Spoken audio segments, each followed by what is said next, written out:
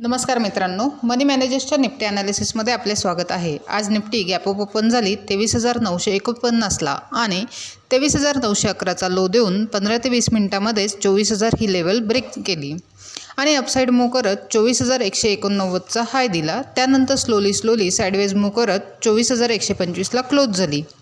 Daily time फ्रेममध्ये बघितले तर निफ्टीने स्ट्रॉंग पॉझिटिव्ह कॅन्डल दिलेली आहे, परंतु 24,230 टार्गेट हिट झालेले नाही।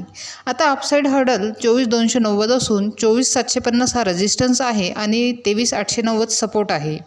आता उद्यासाठी बघितले तर 5 मिनिट टाइम फ्रेममध्ये 24,200 आणि 24,000 या दोन महत्त्वाचे लेवल्स आहेत। तसेच 24,200 ते 24,000 हा नो ट्रेडिंग झोन असणार आहे।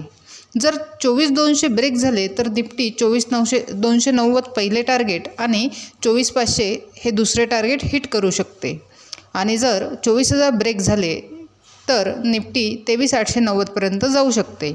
एकंदरीत निफ्टी 24,100च्या जवळच मुवमेंट करण्याची शक्यता आहे। सो ट्रेड करताना काळजीपूर्वक आणि प्राइस ॲक्शननुसारच करावा। तसेच 24,200 आणि 24,000 ही रेंज ब्रेक झाली तरच ट्रेड करावा किंवा अवॉइड करावे। अशाच निफ्टीच्या ॲनालिसिससाठी चॅनल सबस्क्राईब करा, तसेच व्हिडिओ लाईक आणि शेअर करा।